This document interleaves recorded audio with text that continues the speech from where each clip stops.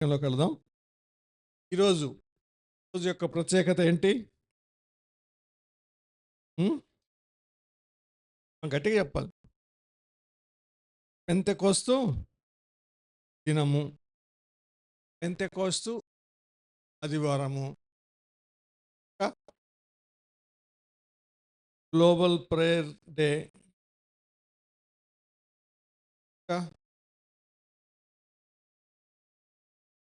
సంఘం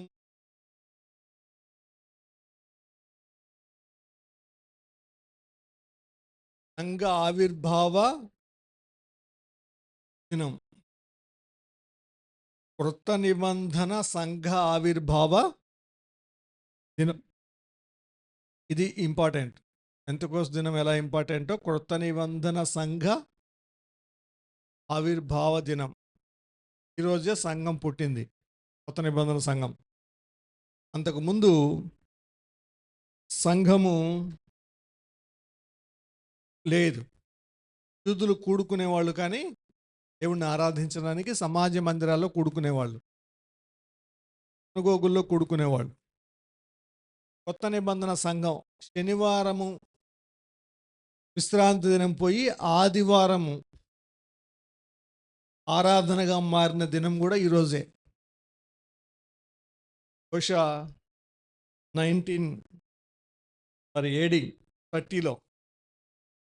AD 30లో June నెలలో ఉండొచ్చు. డేట్ నేను కరెక్ట్గా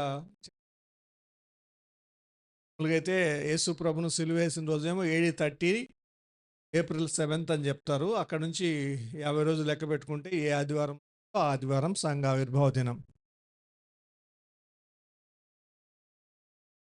50వ దినము పెంతెకోస్తు అంటే 50వ. ఈ పెంతెకోస్తు పండుగ ఉంది కదా పాత నిబంధనలో. ఈ పెంతెకోస్తు పండుగనే వారాల పండుగ అని కూడా అంటారు. వారాల పండుగలో ఇశ్రాయేలీలు పస్కా పండుగ రోజు ఐగుప్తులో నుండి బయటకు వస్తే 50వ దినమున సీనాయి కొండ దగ్గర మోషే ద్వారా వారికి ధర్మశాస్త్రం ఇవ్వబడింది. ధర్మశాస్త్రం ఇవ్వబడినటువంటి రోజు పాత నిబంధనలో ఇది ప్రాముఖ్యమైనటువంటి రోజు.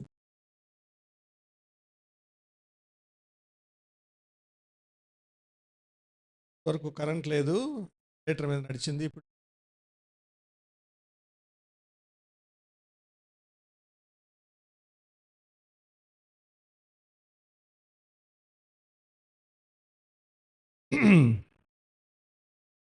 రైట్. పరిశుద్ధాత్మ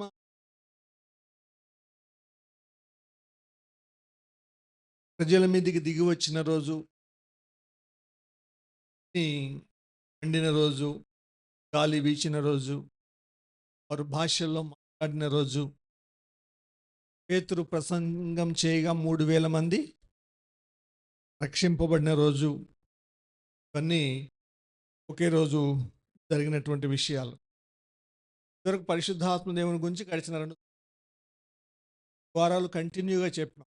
వారం ఒక లాస్ట్ ఇయర్స్ బ్యాక్ వారాల పాటు కొన్ని విషయాలు చెప్పినాం. ఎవరో రాసిచ్చిన నోట్స్ ఉండింది, ఒక రాసిచ్చిన నోట్ దగ్గర కనిపించలేదు. మీ దగ్గర ఏమైనా చూసుకోండి. నోట్స్ లేదు, ఇంట్లో ఉండొచ్చు, కానీ ఇళ్ళ దగ్గర ఉండొచ్చేమో. అమ్మా చూద్దాం, అవసరం అయితే.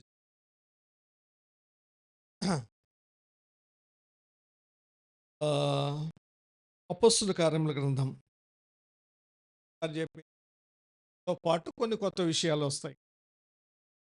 అపొస్తలుల కార్యముల గ్రంథం మొదటి అధ్యాయం 6వ వచనం నుండి 14వ వచనం వరకు.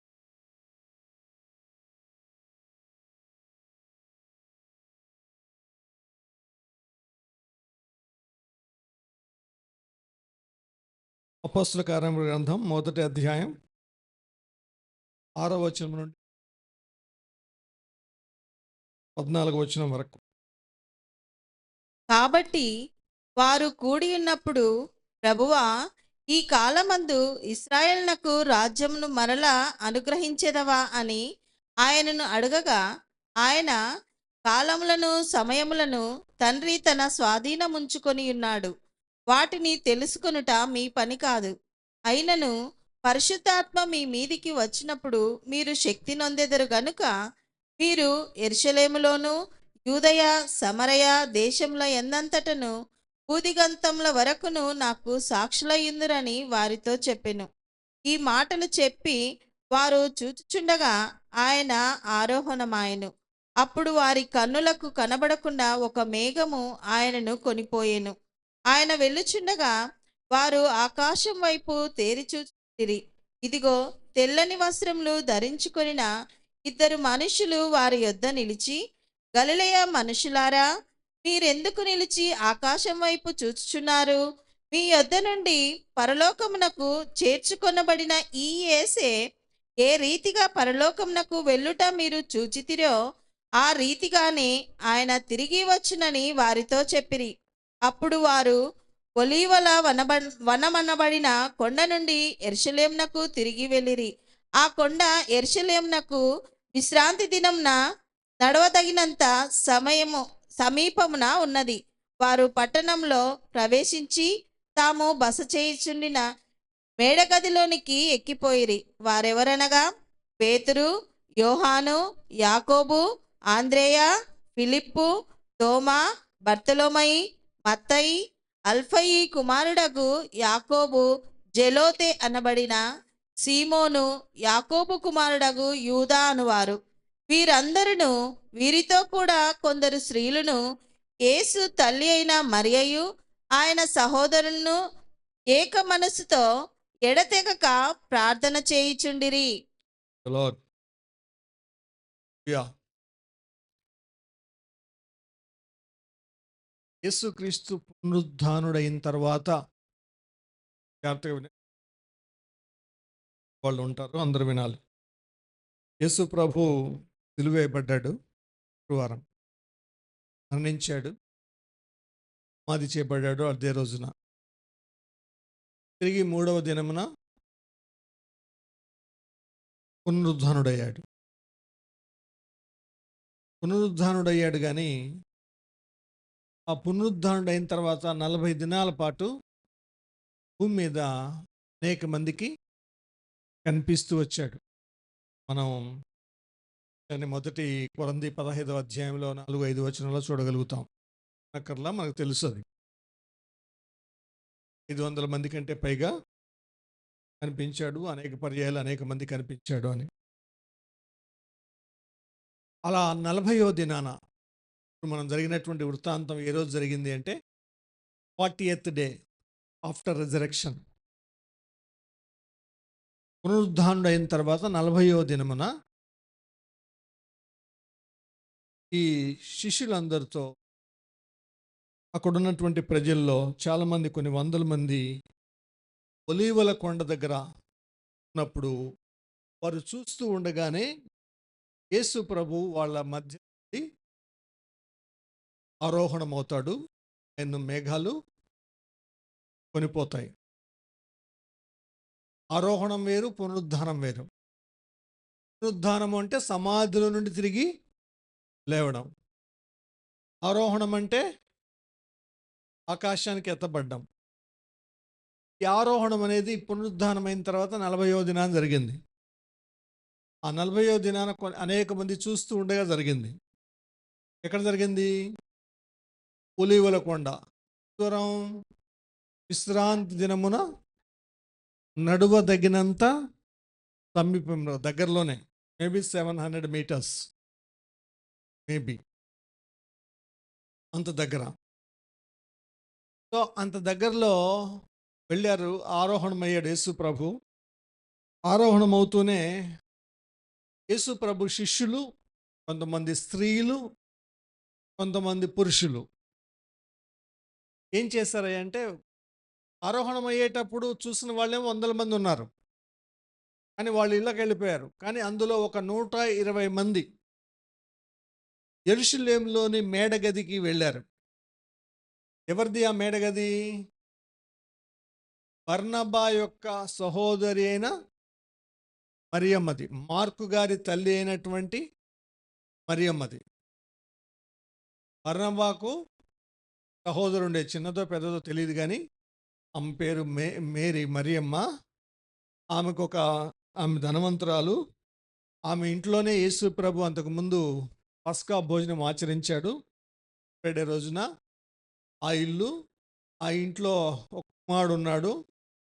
అతని పేరు మార్కు. ఆ ఇంటికి వెళ్ళి మేడగదిలో వీళ్ళు ప్రార్థించడం మొదలుపెట్టారు. ఎంతవరకు ఏక మనసుతో ప్రార్థిస్తున్నారు. ఎన్ని రోజులు ప్రార్థన చేశారు? 10 రోజులు. 40వ దినం నుంచి 41వ దినం నుంచి 50వ దినం వరకు ప్రార్థన చేస్తూ వచ్చారు. ఈ 10 రోజులు బహుశా వాళ్ళు అన్నపానాలు ముట్టుకున్నారో లేదో తెలియదు. ఫాస్టింగ్ ప్రేయర్ అనుకుంటున్నాను నేనైతే. ఎందుకు ప్రార్థన చేస్తున్నారు? దేని కొరకు ప్రార్థన చేస్తున్నారు? యేసుక్రీస్తు ప్రభువారు భూమి మీద ఉన్నప్పుడు అని ఏం చెప్పాయంటే, నేను వెళ్ళి నీ కొరకు నేను ఒక ఆదరణకర్తను పంపిస్తాను అన్నాడు. ఆ ఆదరణకర్త కొరకు వారు కనిపెట్టుకొని ప్రార్థన చేస్తున్నారు. ఆదరణకర్త కొరకు కనిపెట్టుకొని they are waiting for comforter, praying. They have been praying. అలా 10 రోజుల పాటు ప్రార్థన చేస్తూనే ఉన్నారు.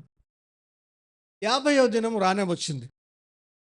50వ దినం చూడండి, అపొస్తలుల కార్యం 2వ అధ్యాయం. ఇప్పుడు 2వ అధ్యాయము, అది 50వ దినంలో జరిగిన సంఘటన. మొదటి నుంచి 4వ వచనం వరకు అమ్మ.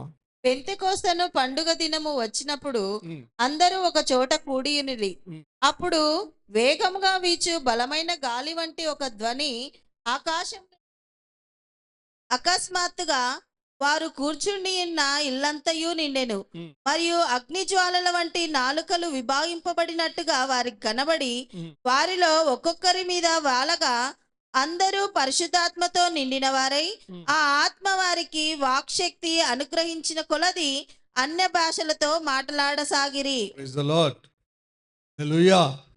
ఎంత అద్భుతమైనటువంటి అనుభవమో. ఇట మనలాగే మేడగది, ఇక్కడ మేడగదిలో ఉన్నాం కదా చర్చ్లో. కొన్ని చర్చెస్కి పేరు ఉంటుంది, అప్పర్ రూమ్ ఫెలోషిప్ అని. ఇక్కడ ఇట్లాంటి ప్రేయర్ హౌస్ని బట్టి మేడగదిలో ఉన్నప్పుడు పరిశుద్ధాత్మ దేవుడు దిగి వచ్చాడు. పరిశుద్ధాత్మ దేవుడు 50వ దినమున, అంటే పెంతెకోస్తు దినమునే వచ్చినప్పుడు ఆ 120 మంది ప్రార్థన చేస్తున్నటువంటి వారి మీదికి పరిశుద్ధాత్మ దేవుడు వచ్చినప్పుడు, గుర్తుపెట్టుకోవాలి, ఇక్కడ పరిశుద్ధాత్మ దేవుడు అని అంటూ ఉన్నప్పుడు అంతా చాలామంది ఆలోచన ఏంటంటే ఆత్మదేవుని శక్తి అంటూ ఉంటారు, కానీ ఆయన త్రిత్వములో ఒకరు. ఈక్వల్ పవర్స్ ఉంటాయి. తండ్రి అయిన దేవుడు ఒకే అధికారం కలిగిన వారు, కుమారుడైన యేసు ప్రభు ఒకే అధికారం కలిగిన వారు, పరిశుద్ధాత్మ దేవుడు కూడా ఒకే అధికారం కలిగిన వారు. అయితే పరిశుద్ధాత్మ దేవుడు ఏంటంటే most sensitive person in the universe, the creation, the universe అనుకోవచ్చు. అలా సున్నితమైనటువంటి వ్యక్తి. ముందు కొన్ని విషయాలు వింటే అర్థమవుతాయి మనకి. ఆ ముగ్గురులో పరిశుద్ధాత్మ దేవుడు, ఆ పరిశుద్ధాత్మ దేవుడు శక్తి రూపంలో, ప్రభావం రూపంలో వారి మీదకి వచ్చినప్పుడు 3 అద్భుతాలు జరిగాయి అక్కడ. ఒకటి, గాలి వీసింది కదా, పెద్ద గాలి వీచింది. 2, అగ్ని నాలుకల వలె విభాజింపబడి దిగి వచ్చింది. ఇక్కడ అంటే అగ్ని మండుతూ ఉంది, కానీ వాళ్ళు కాలట్లేదు. మోషే మండుచున్న పొదలాగా. మోషే చూసినప్పుడు కూడా అంతే కదా, నిర్గమకాండం 3వ అధ్యాయంలో చదవనక్కర్లాగా అని తెలుసు కదా మనకి. ఇక్కడ పొద మండుతూ ఉంది కానీ అది కాలిపోలేదు. ఇక్కడ కూడా ప్రజలు ఉన్నారు, 120 మంది గది నిండా ఉన్నారు.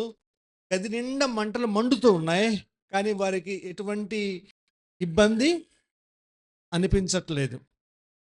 వారేం కాలిపోవట్లేదు, వారి దుస్తులు కూడా కాలిపోవట్లేదు, వారికేం అగ్నివాసన రావట్లేదు. విండ్ వల్ల పెద్ద శబ్దం వచ్చింది. గాలి, బలమైనటువంటి గాలి శబ్దం ఒకటి. 2 అగ్ని జ్వాలలు. 3 ఈ 2 వచ్చేసరికి వాళ్ళు ఏం చేస్తున్నారు? 120 మంది భాషలలో మాట్లాడుతున్నారు. ఏం భాషల్లో మాట్లాడుతున్నారు? ఇదివరకు చెప్పాను. అన్య భాషలు అంటే వారికి తెలియని భాషలు. ఆ భాషలు ఏంటి? మనకు తెలుగు వాళ్ళకి గ్రీక్ ఏం రాదుగా. కానీ వాళ్ళు కొంతమంది ఆ యూదులు ఏం చేస్తున్నారు? తెలియకుండానే గ్రీకులో మాట్లాడుతున్నారు. వాళ్ళు హెబ్రీలు ఏదో భాషలో మాట్లాడుతున్నారు, కురేరీల భాషలో, కుప్రీల భాషలో. ఆ కాలంలో పెంతెకోస్తు పండుగ కోసం ఆ ఇశ్రాయేలు దేశం చుట్టుపక్కల వేరే దేశాల్లో నివసిస్తున్నటువంటి యూదులు, వేరే భాష మాట్లాడేటువంటి యూదులు ఆ పెంతెకోస్తు పండుగకు వచ్చారు. వాళ్ళు ఆ దగ్గరకు వచ్చి మండుతుంది ఏంటా అని దగ్గరకు వచ్చి చూస్తే వాళ్ళకి భాష వినపడతా ఉంది. వీళ్ళేంటి మా భాషలో మాట్లాడుతున్నారు, మా దేశ భాషలో మాట్లాడుతున్నారు అని ఆశ్చర్యపోతున్నారు. అంతగా వాళ్ళు మాట్లాడుతున్నారు. ఆ అద్భుత కార్యాలు మూడింటిని అక్కడ చూడగలుగుతాం. సో అటువంటి ఆశ్చర్యమైనటువంటి కార్యములు జరిగినటువంటి రోజు అది. అప్పుడు పేతురు లేచి నిలబడి అప్పుడు సుదీర్ఘమైనటువంటి ప్రసంగం చేస్తాడు. అప్పుడు కొన్ని లక్షల మంది బహుశా పెంతెకోస్తు పండుగ వచ్చారేమో, లేదా కొన్ని వేల మంది వచ్చారేమో. వేల మందిలో వినగలిగినటువంటి వారు, అక్కడికి రాగలిగి ఆ అద్భుత కార్యాన్ని చూస్తున్నటువంటి వారు 3,000 మంది రక్షించబడ్డారు. ప్రైజ్ ద లార్డ్, హల్లెలూయా. అంతకుముందు పేతురు ఏమన్నాడు? కేవలం 50 రోజులకు ముందు ఏమన్నాడు? యేసు ప్రభు ఎవరో నాకు తెలియదని ముమ్మారు బొంకాడు, అబద్ధమాడాడు. కానీ ఇప్పుడు ఏమంటున్నాడు? ఈ యేసే దేవుడు తిరిగి మృతుల నుండి లేపెను, దానికి మేము సాక్షులము అని చెప్పాడు 6వ అధ్యాయంలో. కాబట్టి ఆ మాటలు ఎలా మాట్లాడగలిగాడు అంటే పరిశుద్ధాత్మ దేవుని యొక్క ప్రభావం అది. మనం కూడా అంతే. పరిశుద్ధాత్మ దేవుడు మనలో లేకపోతేనేమో బొంకుతాము, తప్పించుకుంటాము, అబద్ధం చెప్తాము, పారిపోతాం. పరిశుద్ధాత్మ దేవుడు మన మీద ఉంటే, మనలో కార్యం చేస్తూ ఉంటే, ఆయన నివసించడానికి మనం అవకాశం ఇస్తే, ఆహ్వానిస్తే, ఆయన మనలో కార్యం చేస్తూ ఉంటే మనం ప్రభావవంతులమై, శక్తివంతులమై ఆయనకు సాక్షులుగా ఉండగలుగుతాం. ఆమేన్. అపోస్తలుల కార్యం 1వ అధ్యాయం 8వ వచనంలో ఇక్కడ మనం చూస్తాం, ఆయనను పరిశుద్ధాత్మ మీ మీదికి వచ్చినప్పుడు మీరు మీరు శక్తిమంతులవుదురు గనుక మీరు యెరూషలేములోను యూదయ సమరయ భుదిగంతముల వరకును నాకు సాక్షులయ్యుందురు. Praise the lord. ఇప్పుడు పేతురు సాక్షిగా మారిపోయాడు, శక్తివంతుడిగా మారిపోయాడు. ఆమేన్. హల్లెలూయా. ఎందుకో పరిశుద్ధాత్మ దేవుడు పేతురు మీదకి దిగి వచ్చాడు, శిష్యుల మీదకి దిగి వచ్చారు. వారు ప్రభావవంతులయ్యారు. పరిశుద్ధాత్మ దేవుని యొక్క ఇన్ఫ్లుయెన్స్ వారి మీదకి దిగి వచ్చింది. అటువంటి అనుభవం ఉండాలి. పరిశుద్ధాత్మ దేవుడు, చాలామంది అనుకుంటారు పరిశుద్ధాత్మ దేవుడు అనగానే పెంతెకోస్తు అనగానే వాళ్ళకే ఈ హక్కులు ఉంటాయని. కానీ అది కాదు. ఎవరైతే ఆకలి ఆశ కలిగి ఉంటారో పరిశుద్ధాత్మ దేవుడు అందరికీ, పరిశుద్ధాత్మ దేవుడు లేకుండా ఒక వ్యక్తి రక్షింపబడలేడు. పరిశుద్ధాత్మ దేవుడు విశ్వాసులకు దేవుడిచ్చినటువంటి వరము. మరి చదవండి, అక్కడే ఉంది, gift of God. Holy Spirit is gift of God from gift of God. ఇక్కడ అపోస్తలుల కార్యం 2:38 అమ్మా. అపోస్తలుల కార్యం 2వ అధ్యాయం 38 వచనం. అక్కడే సేమ్ వన్.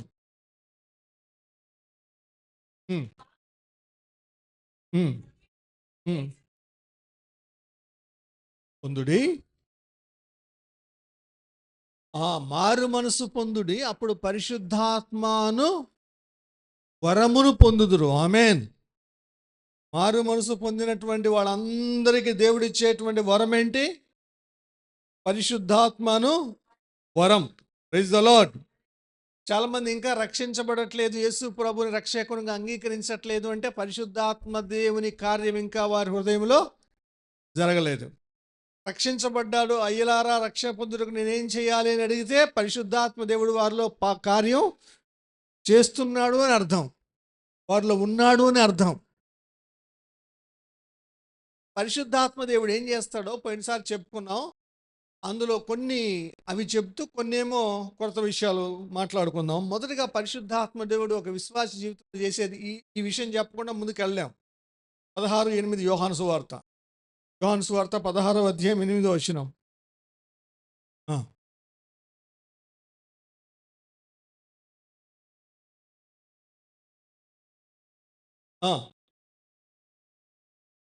ఆయన అంటే ఎవరు? ఇప్పుడు చదవండి మళ్ళీ. పరిశుద్ధాత్మ దేవుడు వచ్చి పాపమును గూర్చియు, నీతిని గూర్చియు, తీర్పును గూర్చియు లోకమును ఒప్పుకొన చేయును. ఆమేన్. హల్లెలూయా. దేవుడు మనల్ని కూడా చీకట్లో నుండి వెలుగులోనికి ఎలా పిలిచాడు? మనల్ని ఒప్పింపజేశాడు. సాతాను బంధకాల్లోంచి విడిపించి దేవుని యొక్క కృపగల హస్తాల్లోకి ఎలా పిలిచాడు? మనల్ని ఒప్పింపజేశాడు, కన్విన్స్ చేశాడు.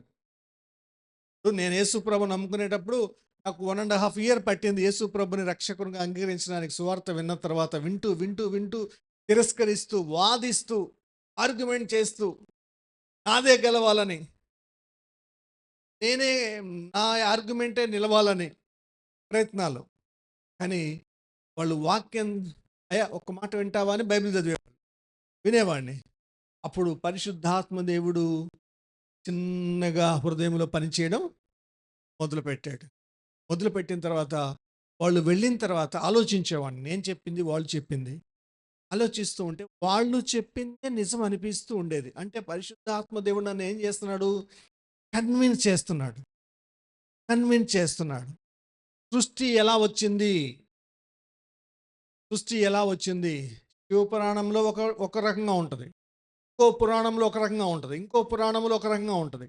ముగ్గురు త్రిమూర్తులకు ముగ్గురు కొట్లాట్లు ఉంటాయి, నేనంటే నేనంటే నేనంటే అని. కానీ బైబిల్లోకి వస్తే ఆది యందు దేవుడు భూమి ఆకాశములను కలుగు చేస్తున్నాను ఒక్క మాటలో చెప్పేస్తున్నాడు ఆయన. నేనేమో ఆ పురాణంలోకి వెళ్ళి ఈ పురాణంలోకి వెళ్ళి ఎక్కడికి వెళ్ళి ముందు ఆవు పుట్టిందా, చెట్టు పుట్టిందా, విత్తనం పుట్టిందా, రకరకాల ప్రశ్నలు, సమాధానాలు. కానీ ఇక్కడికి వచ్చేసరికి శుద్ధాత్మ ఆత్మ జలముల మీద లాడుచుండాను. ఈ మాటలన్నీ వింటా ఉంటే ఎంత అద్భుతంగా ఉంటుందో. ఆ విధంగా కన్విన్స్, ఎవరికి వాళ్ళ మీరు కూడా ఆలోచించండి. ఎలా రక్షించబడ్డారో ఆ దినాలను పరిశుద్ధాత్మ దేవుడు మనల్ని ఏం చేశాడు? ఒప్పింపజేశాడు. మన అనుమానాలని, మన సంశయాలను ప్రక్కన పెట్టేలా చేసి దేవుని వాక్యాన్ని నమ్మేలా చేశాడు. అలా పాపాన్ని గురించి, నీతిని గురించి, తీర్పును గురించి ఒప్పింపజేశాడు. Amen. Praise the lord. Hallelujah. పరిశుద్ధాత్మ దేవుడు మొదటగా ఎవరు? మనకి దేవుడిచ్చిన వరం. ఆ వరం ఏం చేస్తుందయ్యా అంటే మనల్ని పాపాన్ని గురించి ఒప్పింపేలా చేసి పరిశుద్ధతలోనికి, తీర్పులోనికి రానివ్వకుండా చేస్తుందంటే యేసు ప్రభుని రక్షకునిగా అంగీకరించేలా చేస్తుంది. అలా చేయబట్టే ఉన్నాం, చేయబట్టే మనం ఇక్కడ ఉన్నాం. చాలా ప్రశస్తమైన వాళ్ళం, మనం చాలా విలువైన వాళ్ళం దేవుని దృష్టిలో. రైట్. రెండవది, పరిశుద్ధాత్మ దేవుడు ఏం చేస్తా అంటే మనకి నడిపిస్తాడు, బోధిస్తాడు. యోహాను సువార్త 14వ అధ్యాయం. యోహాను సువార్త 14వ అధ్యాయం బాగా చదవాలి. 16వ అధ్యాయం ఆత్మ రాయబడినటువంటి అధ్యాయాలు. యోహాను సువార్త 14వ అధ్యాయం 16వ వచనం చదవండి. 16, 7. ఉమ్, ఉమ్, ఉమ్, ఉమ్, ఉమ్, ఉమ్. ఉమ్.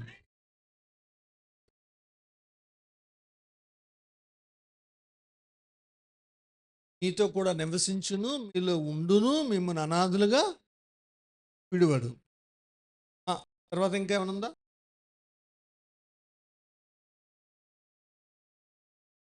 చాలమ్మా అంతవరకులే. కాబట్టి ఆ విధమైన 26 వచ్చింది చదవండి, అక్కడే 14 అధ్యాయం 26 వచనం. యోహాను సువార్త 14:20 చదవమ్మా సుష్మ. ఉమ్.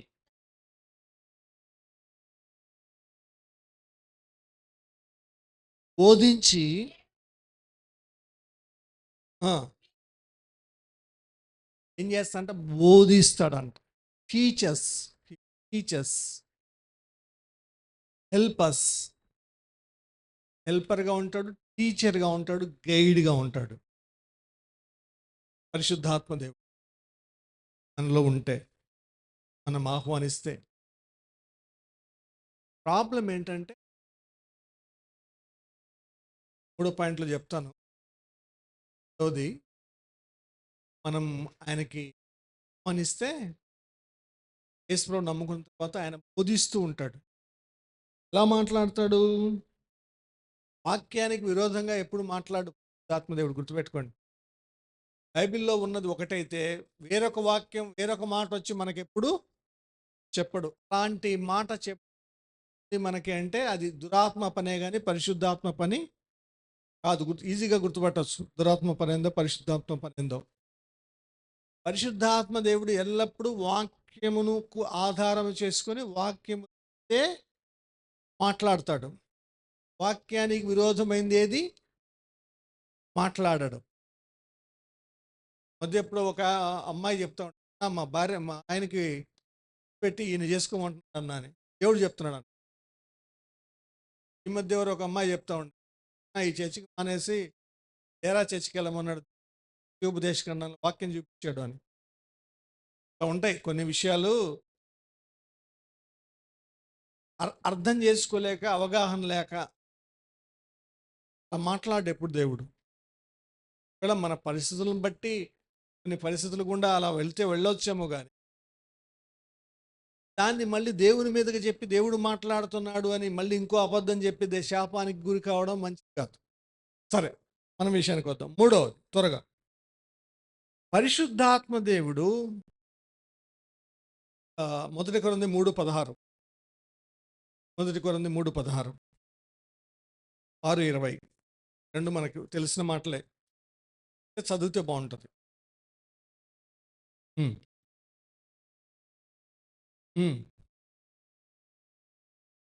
దేవుని ఆత్మ మీలో నివసించుచున్నాడనియు, అది అక్కడ ఆపేయండి అమ్మ. 6:20 చదవండి. పడిన వారు ఇక్కడ 19లోనమ్మా, 6:19 పరిశుద్ధ ఆ మాట, మీలో ఉన్న పరిశుద్ధాత్మకు ఆలయమై ఉన్నదని మీరు ఎరుగరా. Praise the lord. మనం ఎవరం? పరిశుద్ధాత్మ దేవునికి మాట వింటే నరాలు కట్టవు. పరిశుద్ధాత్మ మనల్ని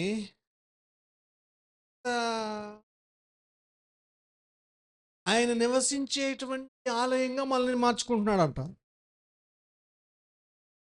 నిజానికి చూస్తే మన శ్రోత హృదయం ఎలాంటిది?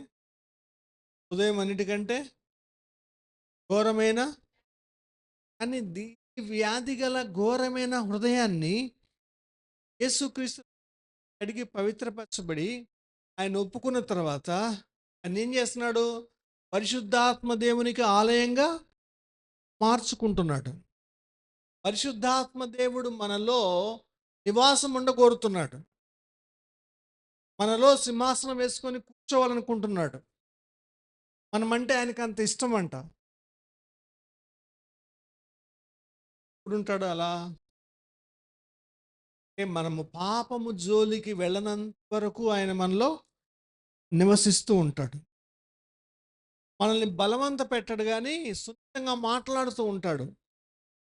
తప్పు చేసే ప్రతిసారి, పాపం చేయడానికి ఉపక్రమించే ప్రతిసారి నో, నో, నో అంటూ ఉంటాడు.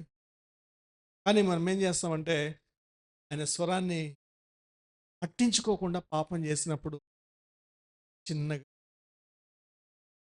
లోంచి నిష్క్రమిస్తాడు, అంటే వెళ్ళిపోతాడు. ఆ నో చెప్పేది కూడా ఉండదు కొంతకాలం తర్వాత. పనికి అలవాటైపోయి ఇంకా ఎక్కువగా పాపం చేస్తూ ఉంటాం. ఈ స్థితి దయచేసి గమనించండి. పరిశుద్ధాత్మ దేవుడు మనలో నివసింపనివ్వండి. నివసింపనివ్వాలంటే ఏం చేయాలంటే పరిశుద్ధంగా ఉండాలి. యేసు ప్రభు అంటాడు కదా, నేను పరిశుద్ధుడినై ఉండులాగున మీరును పరిశుద్ధులై ఉండుడి. మొదటి పేతురు పత్రిక 1:14-16. రైట్. 4వ విషయం ఇక్కడ చాలా జాగ్రత్తగా గమనించిన, పరిశుద్ధాత్మ దేవుడు చేసేటువంటి పని ఏంటి అంటే, ఆయన మనలో ఉంటూ ఉంటే మనము ఏవైతే చేయకూడదో వాటిని చేయనివ్వకుండా పరుస్తాడు. అపోస్తుల కార్యములు 16వ అధ్యాయం. అపోస్తుల కార్యములు 16వ అధ్యాయం 6-7 వచనాలు. అపోస్తుల కార్యముల గ్రంథం 16వ అధ్యాయం.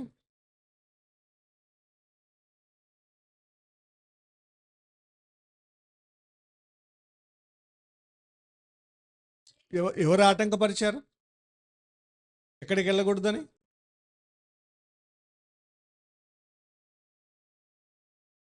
చెప్పకూడదని.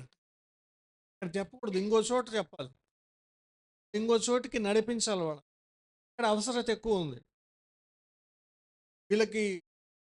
మనకేం చూస్తే మన తలంపులు వేరు, దేవుని తలంపులు వేరు. తేడా.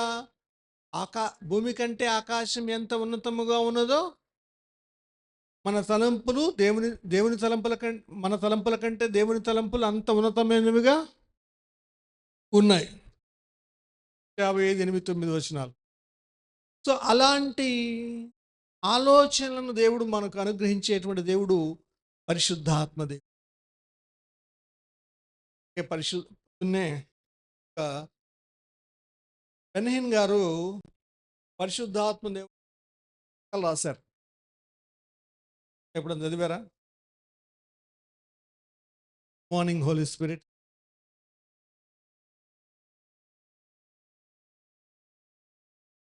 అంటేదే బైబిల్ కాలేజీలో ఉన్నప్పుడు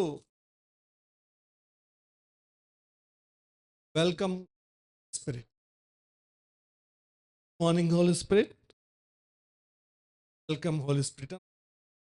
డాక్టర్స్ వేరుగా ఉన్నా కూడా పరిశుద్ధాత్మ దేవుని ప్రతి ఉదయకాలపు వేళ మనము గుర్తించాలి. పరిశుద్ధాత్మ దేవుడు ఉన్నాడు అని ప్రైజ్ ద లార్డ్ అంటాం, మంచిదే, తప్పేం లేదు. దేవునికి స్తోత్రం అంటాం, తండ్రి వందనాలు అంటాం, యేసు ప్రభు వందనాలు అంటారు. కానీ పరిశుద్ధాత్మ దేవుడా వందనాలని చెప్పేవాళ్ళు తక్కువ మంది. అట్లాని పరిశుద్ధాత్మ దేవుడేం బాధపడడు. అయితే అదే సమయంలో చేయాల్సిన పని ఏంటి అంటే, పరిశుద్ధాత్మ యేసుక్రీస్తు నామములోనే అడగాలి, పరిశుద్ధాత్మ దేవా ఈ దినమంతా నాకు నడిపింపు దయచేయండి. కుడికి కానీ ఎడమకి కానీ తొలగకుండా నాకు సహాయం చేయండి. తప్పు ఆలోచనలు, తప్పు ఊహలు, తప్పు నిర్ణయాలు తీసుకోకుండా నాకు పరిశుద్ధాత్మ దేవా నాకు సహాయం చేయండి. యెషయా 40:31 చదవండి. యెషయా గ్రంథం 40:31.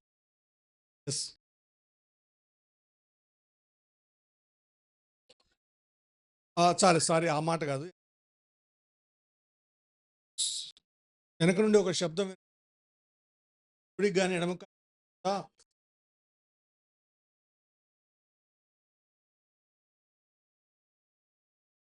రెఫరెన్స్ కరెక్ట్ చెప్పండి. 30:21. యెషయా గ్రంథం 30:21 వచనం. మీరు కుడి తట్టైన ఎడమ తట్టైన తిరగక త్రోవ దీనిలో నడువుడు అని నీ వెనక నుండి ఒక శబ్దము నీ చెవులకు వినబడును. ఆమెన్. ఇలా వినబడాలండి. అప్పుడు మనం తప్పులు చేయం, పొరపాట్లు నిర్ణయాలు తీసుకోం, రాంగ్ వేస్లో వెళ్ళాం. ఇలా ఇలా ఇలా వెళ్ళాలి అంటే ఏం చేయాలి? పరిశుద్ధాత్మ దేవునితో మనకు అన్యోన్య సహవాసం ఉండాలి. పరిశుద్ధాత్మ దేవునితో అన్యోన్య సంబంధం ఉండాలి. You must have intimacy relationship with holy spirit God. Amen. ఆ ఇంటిమసీ రిలేషన్షిప్ ఎప్పుడైతే ఉంటుందో అప్పుడు పొద్దున్నే పరిశుద్ధాత్మ దేవునితో మాట్లాడుతూ, ప్రభువా నన్ను నడిపించండి, నన్ను రాంగ్ రూట్లోకి వెళ్ళనివ్వకుండా ఆటంకపరచండి, రైట్ రూట్లోకి మాత్రమే నడిపించండి. నేను ఒకవేళ రాంగ్ రూట్లో వెళుతుంటే నన్ను ఆటంకపరచండి. సర్కమ్స్టెన్సెస్ ద్వారా ఆటంకపరచవచ్చు, పరిస్థితుల ద్వారా ఆటంకపరచవచ్చు, ఏదో ఒక విధానం వాతావరణం ద్వారా ఆటంకపరచవచ్చు, వాక్యం ద్వారా దేవుడు మాట్లాడుతూ ఆటంకపరచవచ్చు. వెనక నుండి ఒక స్వరం వినబడును. హల్లెలూయా. ఆ స్వరం ఎవరి స్వరం? పరిశుద్ధాత్మ దేవుని స్వరం. Voice of the Holy spirit God. 30:21 ముఖ్యమైనటువంటి. ఆ విధంగా వారు ఆటంకపరచబడ్డారు, అందుకు వారు వెళ్ళలేదు. ఎక్కడికి వెళ్ళాలో అక్కడికే వెళ్ళారు. ఆ స్థితిలోకి రాగలగాలి. ఆ విధంగా పరిశుద్ధాత్మ దేవుని యొక్క అన్యోన్య సహవాసం కొరకు ప్రతి ఉదయకాలపు వేళ పరిశుద్ధాత్మ దేవునికి యేసుక్రీస్తు నామములో అడుగుతూ రావాలి. వాక్యం చెప్పేటప్పుడు మనమంతా అడుగుతూనే ఉంటాను, పరిశుద్ధాత్ముడా వచ్చే ఆదివారం ఏ వాక్యం చెప్పాలో నడిపింపు దయచేయండి అని. ఊరికే ఏదంటే ఒకటి ఏదంటే అది కాదు కదా. ప్రభువా వాక్యాన్ని బయలుపరచండి, వాక్యం ఆత్మదేవుడితో అభిషేకించండి, ఎవరు నిలబడుతున్నారో వారిని అభిషేకించండి. మాటలు ప్రజల హృదయాల్లో నాటపడాలి, దాని ప్రకారం వారు నడవబడాలి. అలా జరగాలంటే నేను చెప్పేటువంటి మాటల్లో కొన్నైనా మీ మనసుల్లో నాటపడాలంటే పరిశుద్ధాత్మ దేవుని యొక్క శక్తి మీద ఉంటే, పరిశుద్ధాత్మ దేవుని ద్వారా వచ్చే మాటలు అయితేనే అవి మనుషుల హృదయాల్లో నాటబడతాయి. కొంత మాటలు చెబితే నాటబడవు. రైట్. 5వది ఎఫెసీయులకు రాసిన పత్రిక 1వ అధ్యాయం. ఎఫెసీయులకు రాసిన పత్రిక పోయినసారి చెప్పినవి ఇవి తేడా ఉంటాయి, అవి ఇవి కలుపుకోవాలి. ఎఫెసీయులకు రాసిన పత్రిక 1వ అధ్యాయం 13వ వచనం.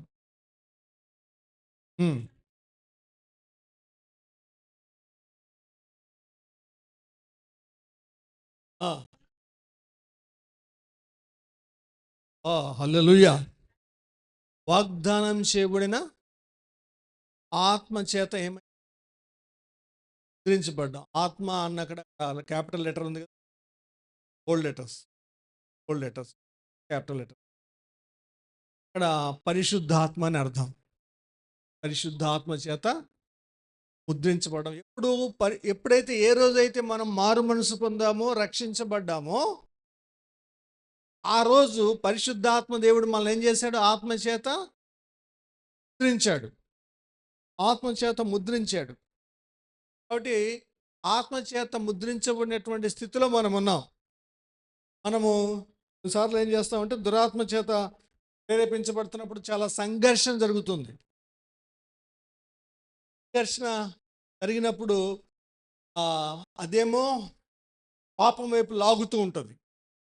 పరిశుద్ధాత్మ దేవుడేమో అని చిన్నగా చెప్తుంటాడు. అది దురాత్మ ఏమో ఎస్ రా, ఇట్ ఈస్ వెరీ ప్లెజర్ అంటది, చాలా సంతోషం ఉంటుంది ఇందులో అంటది, చాలా ఆహ్లాదం ఉంటుంది ఇందులో అంటది, ఇది ఉంటుంది అది ఉంటుంది, బోలెడు చెప్తా ఉంటుంది. అయితే ఆ సంఘర్షణలో ఆత్మచేత మనం శరీర స్వభావం గల మనసు స్వభావం గల కర్మ అప్పుడు అర్థమవుతుంది. జాగ్రత్తగా ఉండాలి. ఆ స్థితిలో ఉండాలి. ప్రభువా పరిశుద్ధాత్మ చేత మమ్మల్ని ధరించండి అడగగలిగే స్థితిలోకి రాక. ఆరవది ఇదివరకు చెప్పిందే ఇది. రోమా 8:26. రోమా 8:26. అటువలే మన బలహీనత రోమా ఆ, ఆత్మయు మన బలహీనతను రుచి సహాయం చేయుచున్నాడు. ఆ, ఉమ్, ఉమ్.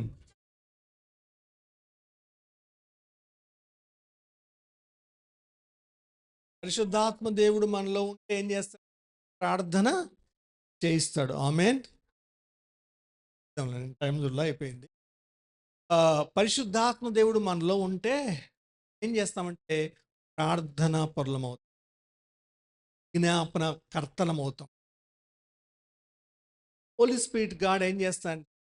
ఇన్సిస్ట్ చేస్తూ ఉంటాడు, ప్రార్థన చేయి, మోకరించమని, జ్ఞాపన చేయమని.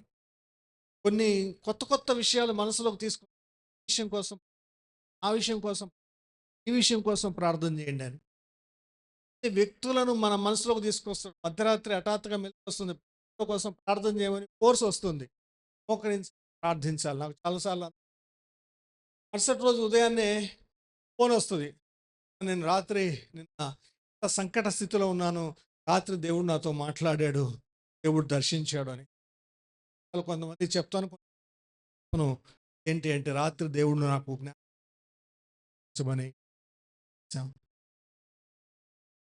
నా గురించి కొన్నిసార్లు కొంతమందికి వస్తుంది, నాకు కోసం కొంతమంది అడుగుతారు, అన్న మీ హెల్త్ ఎలా ఉందన్న, రాత్రి దేవుడు చెప్పాడు ప్రార్థన చేయమని, మీరు బాగాలేనట్టు నాకు దర్శనం వచ్చింది, లేదంటే తలంపు వచ్చింది, ప్రార్థన చేస్తున్నాను. ఎస్, ఆ రోజు బాగుండి ఉండదు. పరిశుద్ధాత్మ దేవుడు ఏం చేశాడు? వాళ్ళకి బయలుపరిచాడు. దేవుడు వారి ద్వారా ప్రార్థన ముగిస్తూ వచ్చాడు. ఆపదలో ఉన్నప్పుడు, కష్టంలో ఉన్నప్పుడు, శ్రమలో ఉన్నప్పుడు, ఇబ్బందిలో ఉన్నప్పుడు ఏం చేస్తా అంటే ఆత్మపూర్ణమైనటువంటి వారం అయితే మన గురించి చక్కగా అలాంటి ఆత్మపూర్ణులకే బయలుపరిచి వారు మన గురించి ప్రార్థించేలా చేస్తాడు. లేదా కొంతమంది అలాంటి వారి గురించి మనం ప్రార్థించేలా చేస్తాడు. అలాంటి అనుభవాలు ఉంటే పరిశుద్ధాత్మ దేవుడు మనలో. చివరిగా రెండే మాటలు చెప్తున్నాను. ఒకటి, మొదటి తెస్సలోనికి రాసిన పరిశుద్ధాత్మ దేవుడు కొన్ని మాటలు కానీ ఇక్కడతో ముగించి టర్నింగ్ పాయింట్స్ రెండు చెప్తాను. ఏంటంటే పరిశుద్ధాత్మ ఆర్పకుడు, ఆత్మను ఆర్పకుడే అని ఉంటుంది. 5:19 1 Thessalonians 5:19. ఆత్మను ఆర్పకుడి. ఆత్మను ఎప్పుడు ఆర్పుతామంటే ఉద్యమంగా ఉంటాం. పాపం వైపు, లోకం వైపు పరిగెట్టడం మొదలు పెడితే ఆరిపోతుంది, మనలో నుండి తీసి. రెండవది, ఎఫెసీయులకు రాసిన పత్రిక 4వ అధ్యాయం, ఎఫెసీయులకు రాసిన పత్రిక 4వ అధ్యాయం 30వ వచనం. ఎఫెసీ 4:30, Ephesians 4:30. దేవుని పరిశుద్ధాత్మను దుఃఖపరచుకుడు. ఇది చాలా బాధాకరమైన విషయం. పరిశుద్ధాత్మ దేవునికి ఆలయమై ఉన్నటువంటి దేహాన్ని పాపపు ఆలయంగా, సాతాను గుహగా మారిస్తే పరిశుద్ధాత్మ దేవుడు ఏమవుతాడు? దుఃఖపడతాడు, బాధపడతాడు. అంతకంటే లేదండి. పరిశుద్ధాత్మకు నిలయమైనటువంటి దేహాన్ని, దేవాలయాన్ని పరిశుద్ధాత్ముడు ఎల్లప్పుడూ నివసించేలా చేయగలగాలి. కానీ ఆయన దుఃఖపరిచే కార్యాలు మన హృదయాలు, మన శరీరంలో చేయకూడదు. ఈరోజు పెంతెకోస్తు దినమున పరిశుద్ధాత్మ విశ్వాస జీవితంలో ఆయన చేసే ఏంటో చూస్తూ, ఏం చేయకూడదో చూస్తూ వచ్చాం. రోజు వలలో చేయబోయి ఉండగా పరీక్షించుకొని పరిశీలించుకొని ప్రభు వల చేయవేద్దాం. తల వంచుదాం, మోకరించుదాం, తల వంచుదాం, కళ్ళు మూసుకుందాం.